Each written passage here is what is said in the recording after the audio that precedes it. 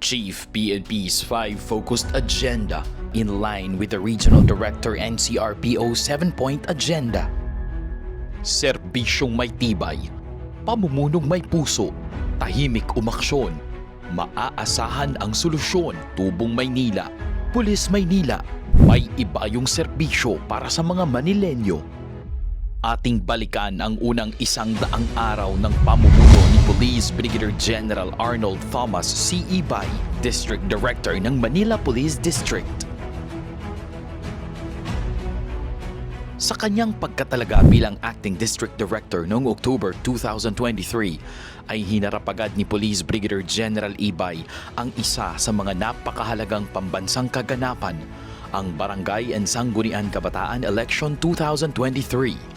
Ito ay sinundan ng matagumpay na pagdaraos ng All Saints Day and All Souls Day sa ilalim ng programa ng PNP na Ligtas Undas, kung saan nagpadala ang MPD ng mga kapulisan sa North Cemetery, South Cemetery at Chinese Cemetery. Nakiisa rin ang MPD sa pamumuno ni Police Brigadier General Ibay sa 4th Quarter Nationwide Simultaneous Earthquake Drill noong November 9, 2023, kung saan binigyan diin ang kahalagahan ng may sapat na kaalaman at kasanayan ng lahat ng kapulisan upang maging handa. Sinuportahan din ng MPD ang National Children's Month noong November 30, 2023 sa pamamagitan ng isinagawang feeding and gift-giving activity sa MPD headquarters. Kasabay ng pagdiriwang ng Araw ng Mga Bata ay ipinagdiwang din ng MPD ang ika-160 sentenaryo ng kaarawan ni Andres Bonifacio.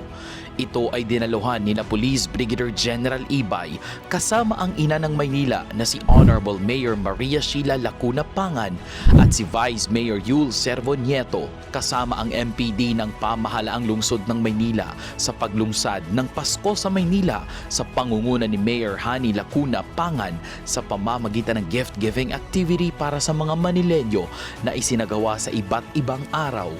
Mula December 16, 2023 hanggang January 6, 2024 ay ipinatupad ang Ligtas Paskuhan na naglayong mapanatili ang kaayusan at kaligtasan ng bawat isa. Lalong pinalakas ang police visibility sa lugar kung saan nagtitipon-tipon ang mga tao noong December 30, 2023 kasama ang MPD sa pagunita sa ika-127 sentenaryo na kamatayan ng ating pambansang bayani na si Gat Jose Rizal sa Luneta. Sa parehas na petsa ay kasama din ang MPD sa ginawang Thanksgiving Procession bilang panimulang gawain sa taong-taong mahabang pagpaplano at paghahanda para sa pagdiriwang ng Pista ng Itim na Nazareno. Ito ay sinundan ng traslasyon noong January 9 ng kasalukuyang taon, kung saan mas pinaigting ang seguridad sa Maynila upang mapanatili ang kaligtasan ng mga deboto sa gitna ng pagdiriwang. Higit kumulang na 6 na milyong deboto ang nakilahok na umabot ng halos 15 oras sa pagtutulungan ng pamahalaang lokal ng lungsod ng Maynila, kapulisan at ng iba't ibang ahensya ng pamahalaan. Aggressive and honest law enforcement operations that respect human rights and increase conviction rates. Ang mga nakumpiskang ilegal na droga sa mas pinaigting na kampanya ni Police Brigadier General Ibay mula sa 208 na operasyong isinagawa ay umabot sa standard drug price value na 15,350,728 pesos. Samantalang sa kabuuang bilang na 527 na isinagawang operasyon laban sa ilegal na sugalan, 1,273 naman ang naaresto at 313,606 ang halagang na-recover.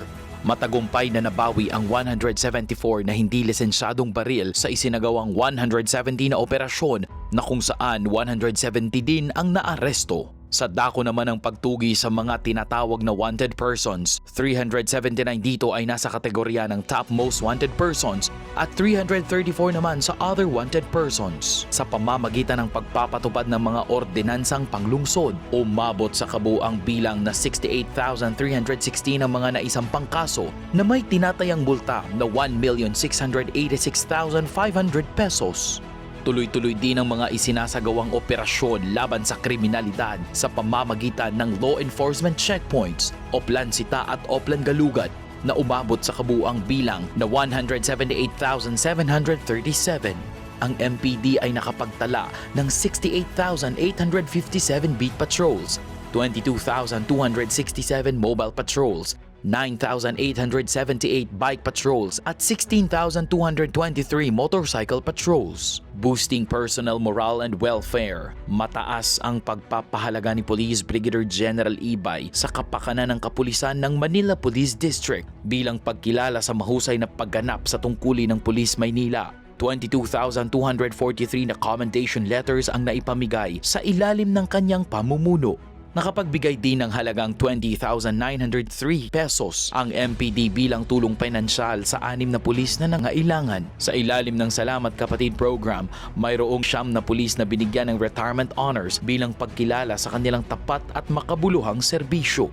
Upang patuloy na linangin ang kaalaman at kasanayan ng mga kapulisan, nagkaroon ng 16 na training and seminars na kung saan ito ay dinaluhan ng 780 na mga pulis.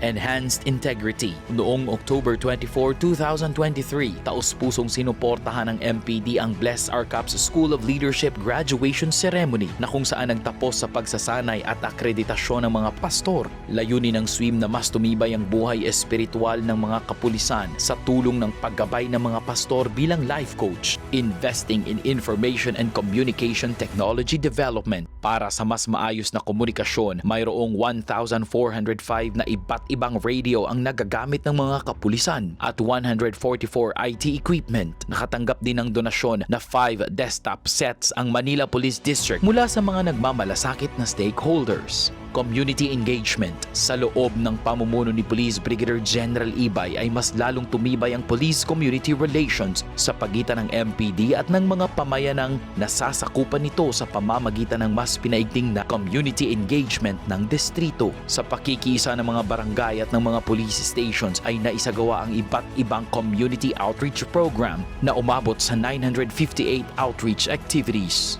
Nagsisimula pa lamang si Police Brigadier General Ibay sa kanyang paglilingkod bilang MPD District Director.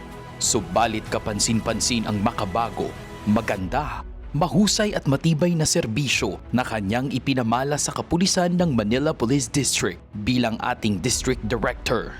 Police Brigadier General Arnold Thomas C. Ibay, Tubong, Maynila. Police Maynila, markang matibay. Ito ang markang Ibay.